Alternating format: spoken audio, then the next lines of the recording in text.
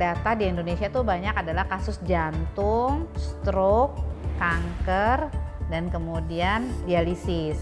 Ini masalah ginjal.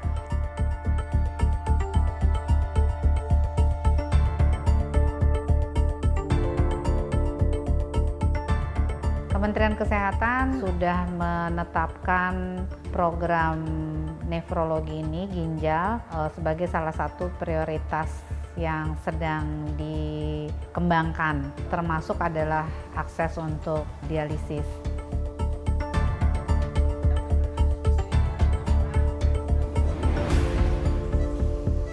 Masalah utama kita untuk dewasa di bidang ginjal ini adalah gagal ginjal yang membutuhkan cuci darah dan transplantasi sangat tinggi.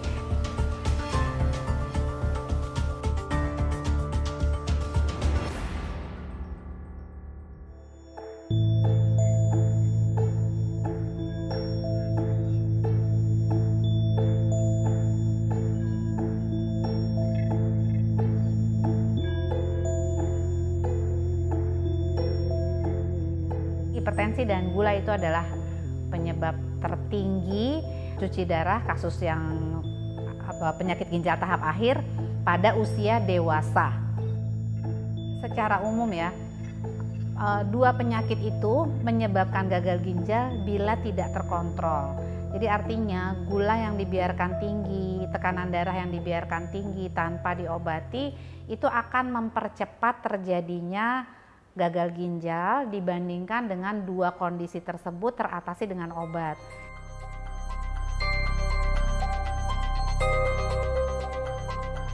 Beberapa waktu lalu, media sosial diramaikan dengan pembahasan fenomena anak cuci darah di sebuah rumah sakit di Jakarta.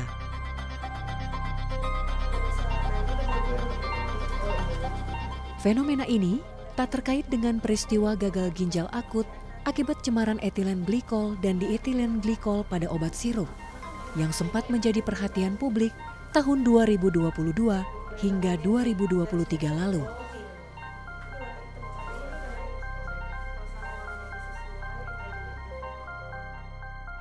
Secara angka, dialisis pada anak, kelainan ginjal pada anak, transplantasi itu angkanya sangat jauh dibandingkan dewasa. Jadi kalau kasus baru saya lihat sih tidak terlalu meningkat ya. Mungkin ada peningkatan kurang dari 5% lah. Tetapi kelihatan pasiennya jadi banyak itu sebetulnya karena dengan pelayanan yang dini dan kemudian cuci darah yang juga bisa dilakukan dengan lebih baik, maka survival atau kesintasan mereka untuk bisa bertahan lebih lama itu menjadi lebih besar kan, anak-anak yang bisa bertahan. Jadi sebenarnya penambahannya linear karena perbaikan dari pelayanan secara keseluruhan.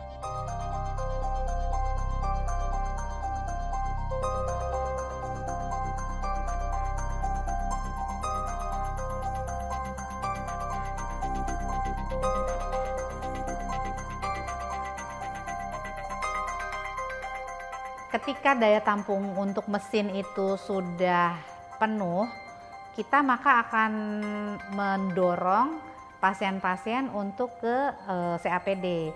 Seperti misalnya kami punya 8 mesin, melayani cuci darah mesin untuk sekitar 35 anak. Nah, padahal kami secara total memiliki 75 anak yang membutuhkan cuci darah. Jadi sisanya menjalani cuci darah yang melalui peritoneal.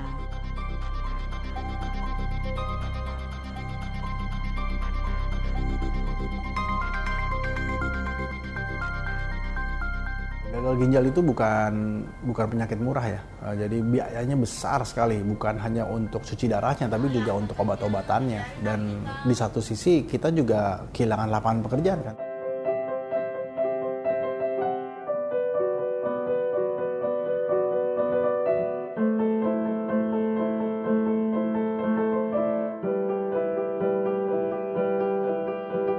Kalau ayah sakit ginjal akut ya bisa dikatakan mungkin hampir 35 tahun. Tapi kemudian mulai masuk ke dalam proses hemodialisis itu di 5 tahun terakhir dalam hidupnya. Pada saat itu beliau sudah berusia di atas 70 tahun dan memang bisa dikatakan sebuah kondisi yang langka.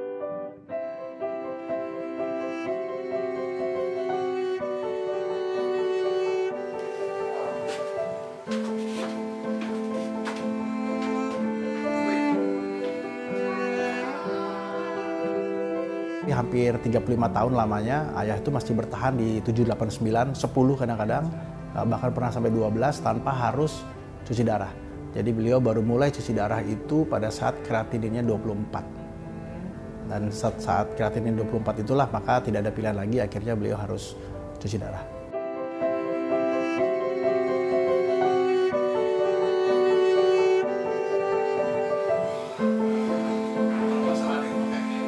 Bagi Kris Biantoro, vonis sakit ginjal bukan menjadi penghalang untuk terus berkarya. Semua ini tertuang dalam memoir berjudul Belum Selesai. Kisah 38 tahun perjuangan pendekar ginjal Soak.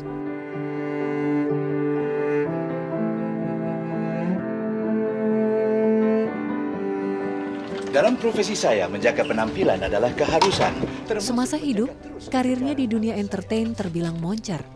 Syuting film, program televisi, menjadi MC di banyak acara, menjadi model iklan, rekaman nyanyi, semua dilakoninya. Kesibukannya membuat abai dengan pola makannya, hingga berimbas pada kesehatan ginjalnya. Angka keratin yang tinggi terkadang membuatnya merasa sakit sekali. Saya bisa merasakan pesan-pesan beliau lewat semangat hidupnya justru. Pada saat beliau terkapar sakit misalnya, atau saat cuci darah, kami tidak pernah melihat beliau mengeluh. Beliau selalu bernyanyi pada saat ada di ruang perawatan. Di rumah beliau bernyanyi, bercanda, ketawa, melawak, ngajak kita ngobrol. Sampai kadang-kadang kita bingung apakah beliau sakit atau enggak ya gitu. Karena begitu tidak kelihatannya. Padahal saat itu sudah cuci darah. Jadi dari situ saya belajar hal-hal kecil. Yang pertama bersyukur, yang kedua melihat semangat untuk tidak menyerah, yang ketiga untuk menerima, ini juga penting, menerima, pasrah terhadap apa yang diberikan Tuhan pada kita.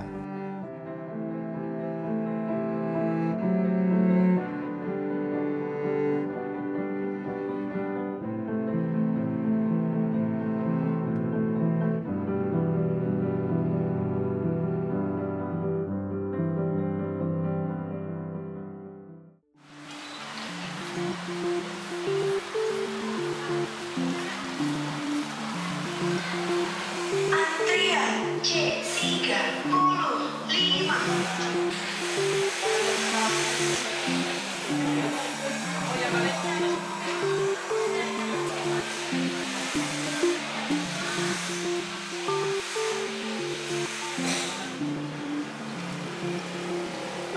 Di 2023 secara keseluruhan, jadi pasien rawat jalan, kemudian dari IGD, itu termasuk yang dirawat inap, itu kita ada sekitar kurang lebih 200 pasien dalam 1 tahun.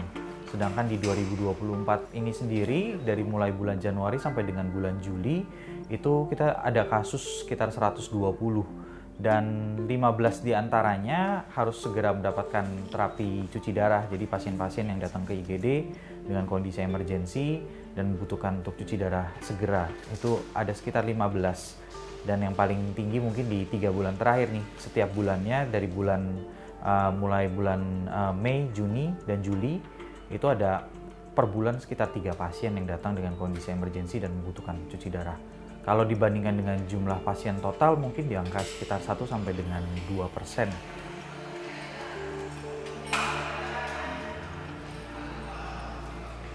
Pasien-pasien dengan gagal ginjal yang datang dengan kondisi emergensi ke IGD, sebagian besar itu mereka datang dengan keluhan sesak nafas yang paling banyak. Kemudian yang kedua bisa juga dengan kondisi tidak sadarkan diri karena adanya akumulasi dari racun ginjalnya, dari ureum ginjalnya.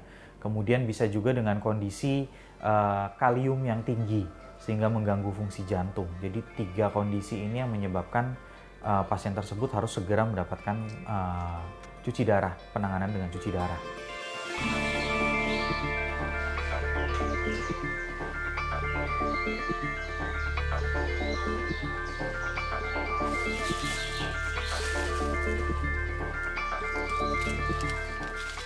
Dan tentu ini adalah keselamatan pasien yang kami utamakan.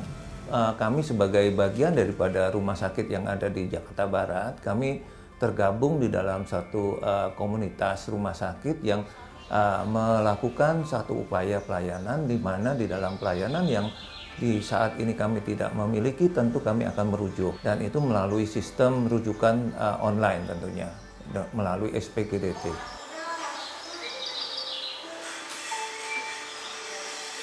Kalau dibilang mencukupi, agak sulit dikatakan mencukupi karena kami kadang mengalami kesulitan di dalam merujuk.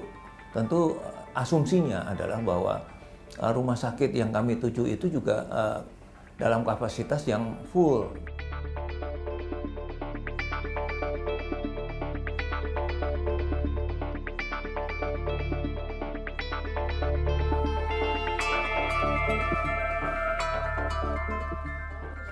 Rumah sakit mematok standar tarif yang berbeda. Umumnya biaya yang harus dikeluarkan pasien sekitar 1 hingga 2 juta rupiah setiap kali sesi cuci darah.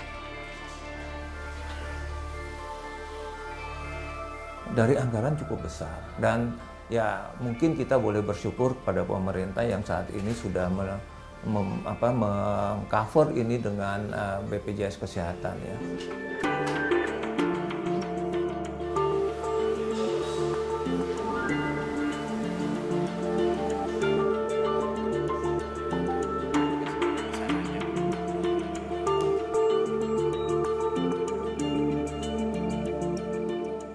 Untuk pelayanan hemodialisa di Rumah Sakit Cinta Kasih kami sedang persiapkan, dan mudah-mudahan dan mohon doanya harapannya di bulan Oktober November ini sudah bisa kami buka.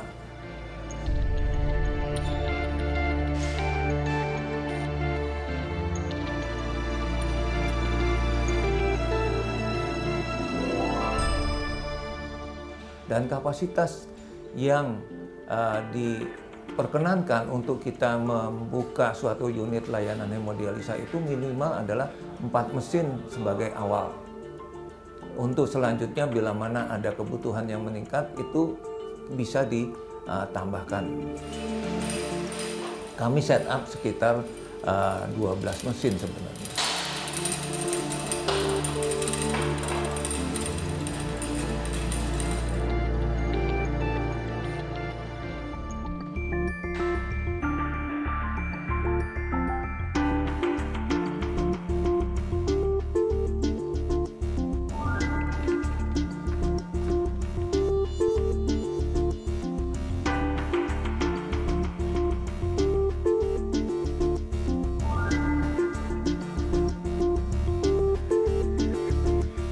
Karena dari pemerintah sendiri itu sudah ada peraturan yang mengharuskan rumah sakit untuk istilahnya mengedukasi sekitar, jadi dari total kunjungan hemodialisa pasien gagal ginjal itu harus ada sekitar 10 atau 20% dari pasien harus diedukasi untuk melakukan istilahnya cuci darah mandiri ya, namanya CAPD.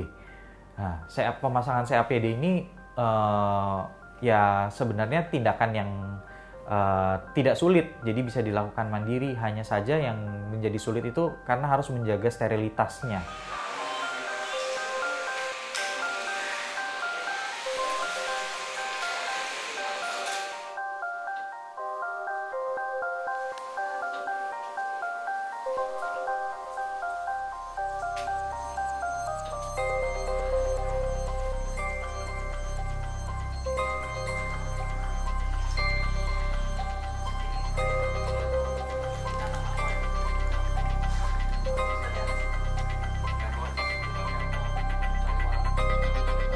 Saat ini kami hanya mempersiapkan untuk pasien-pasien dewasa.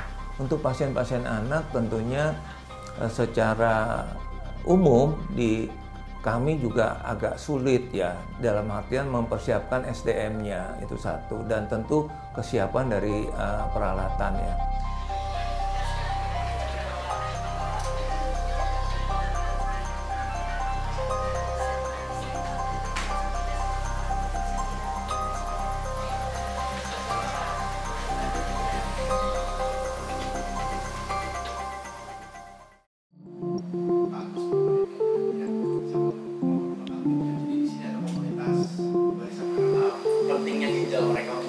kesehatan, dan kita berharap kemudian teman-teman di sini yang juga sudah menjadi pasien. Awal mula kita membicarakan ini itu di sekitar tahun 2022 akhir, lalu 2023 kami intens membicarakan hal ini, lalu 2024 kami melegalisirkan yayasan ini dalam bentuk hukum. Saya bilang itu adalah namanya, kalau bahasa ngetren itu lah bangsawan. Normal itu kalau orang normal sakit darah itu udah di 12 atau sampai 14. Berkaca dengan kelebihan air. Jadi kalau orang banyak pasien-pasien ginjal yang masih sifatnya umurnya masih muda, lalu sudah terkena ginjal. Kami melihat bagaimana cara menaikkan psikologis, motivasi, optimisme dari si pasien tersebut. Selain obat dari medis yang menyebabkan kami bisa bertahan hidup, itu adalah motivasi. Jadi kami ingin membangkitkan rasa itu dalam yayasan ini. Saya pun begitu, saya merupakan pasien gagal ginjal. Para pengurusnya sebagian besar adalah pasien ginjal. Tapi ada juga part-part yang bukan pasien ginjal. Ada, bahkan kami juga melibatkan pendamping-pendamping pasien ginjal di keluarga masing-masing untuk ikut serta dalam kegiatan ini. Ketika saya darah, nggak ngos-ngosan, cuman kayak kerasa. suntik lokasi yang sama, kemungkinan nanti pas di darah itu nanti bisa dia rembes, Pak. Atau enggak berhentinya. Ketika Anda kena gagal ginjal, itu siklusnya banyak, Mas. Banyak sekali yang akan dilalui. Jantungnya ada masalah, kulitnya ada masalah, fosfornya bermasalah, darahnya gimana, turun darah, transfusi. Itu udah rutin yang kita akan hadapi. Berani gak ngadepin itu? Kalau berani, hadapi. Banyak pasien ginjal yang nyerah ya. Kadang-kadang nyerah hidup. Ada titik poin itu di setiap pasien ginjal. Ketika udah gak berani hidup, dia udah males-malesan, udah gak ada semangat. Dan itu biasanya penerimaan ketika divonis penyakit ginjal, itu penerimaannya orang-orang rata-rata 6 bulan sampai 1 tahun. Bahkan ada yang sampai 2 tahun baru bisa terima. Bila waktunya langit memanggilmu. Fenomena yang terjadi sekarang tuh banyak orang yang contohnya live di TikTok misalnya. Lalu kayak, ayo dong kasih gift, ayo dong kasih hadiah. Sehingga kayak, ya kalau di jalanan istilahnya kayak pengemis-pengemis lah untuk minta. Walaupun dia sambil, jadi faktor kasihan itu yang sebenarnya bertentangan sama kami. Karena di Merah Biru justru ingin membuat orang itu berkarya, sibuk bekerja, sibuk melakukan sesuatu, agar dia lupa nih sama penyakitnya.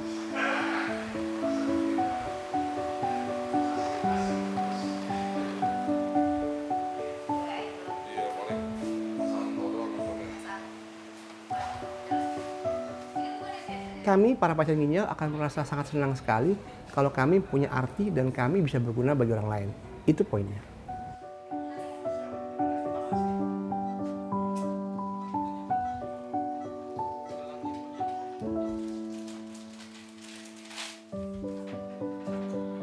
Keluarga juga memiliki peran yang tidak sedikit dalam proses mereka berhadapan dengan penyakit ini ya. Jadi keluarga harus bisa memahami pasien yang seringkali juga emosinya naik turun kan, sehingga kondisi dari keluarga-keluarga baik itu istri atau anak-anak itu memang kemudian satu menjadi bagian penting dari proses positif sang pasien sendiri. Usia Bapak juga masih muda waktu itu, sekitar 30-an, belum masuk 40. Masa produktifnya masih panjang gitu kan. Masih banyak yang perlu dilakukan, masih banyak impian yang pengen mau dicapai gitu kan.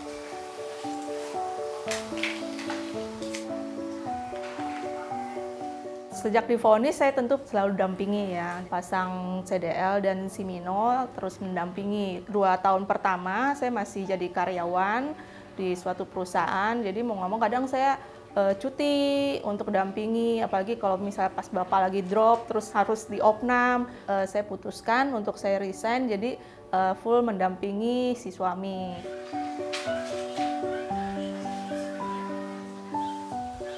Banyak hal yang harus kita korbankan ya, baik dari waktu kita, kadang kesenangan kita juga dikorbankan, kadang juga mungkin emosi kita, emosional kita juga kadang diuji ya, jadi kayak babak baru dalam kehidupan, jadi ada sisi positifnya juga ya, jadi kita tuh jadi tahu banyak tentang hal-hal medis gitu kan.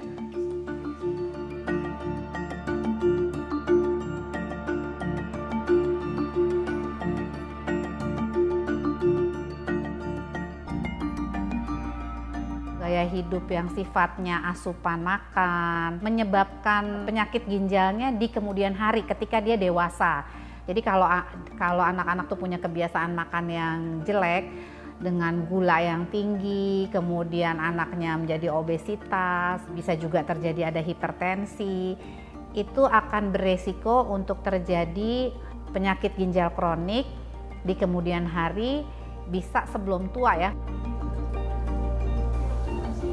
Pemerintah punya PR besar untuk menurunkan angka potensi gagal ginjal baik bagi generasi yang muda ataupun generasi yang lebih senior gitu. Karena itu semua akan menyerap dana negara, BPJS-nya akan tinggi sekali gitu. Dan ini menjadi PR kita bersama. Kita bisa mengacu ke contoh-contoh negara-negara yang sudah melakukan itu, memberikan informasi yang lebih jelas, mengharuskan produk-produk yang diproduksi secara massal untuk memberikan nutrition fact. Edukasinya justru harus dibangun pada masyarakat, kemudian masyarakat menerapkan pola hidup sehat yang sesuai dengan kebiasaan masing-masing. Produk-produk yang memang punya potensi secara perlahan dan konsisten bisa merusak, itu juga di saat yang bersamaan mengedukasi masyarakat sehingga baik masyarakatnya disadarkan, si pemilik usahanya atau pemilik brandnya juga bertanggung jawab, dan kemudian semua itu dikelola dan diawasi oleh pemerintah. Dan memang yang paling ya, saya berharap masyarakat terus berpihak pada gerakan-gerakan sosial untuk menjadi bagian dari semangat juang teman-teman pasien gagal ginjal, dan kita bisa berkontribusi. Kita sendiri bisa berkontribusi bersama-sama. Kita tidak perlu harus gagal ginjal untuk bisa berkontribusi. Tentu saja kita selalu bisa menjadi bagian dari yayasan-yayasan seperti ini.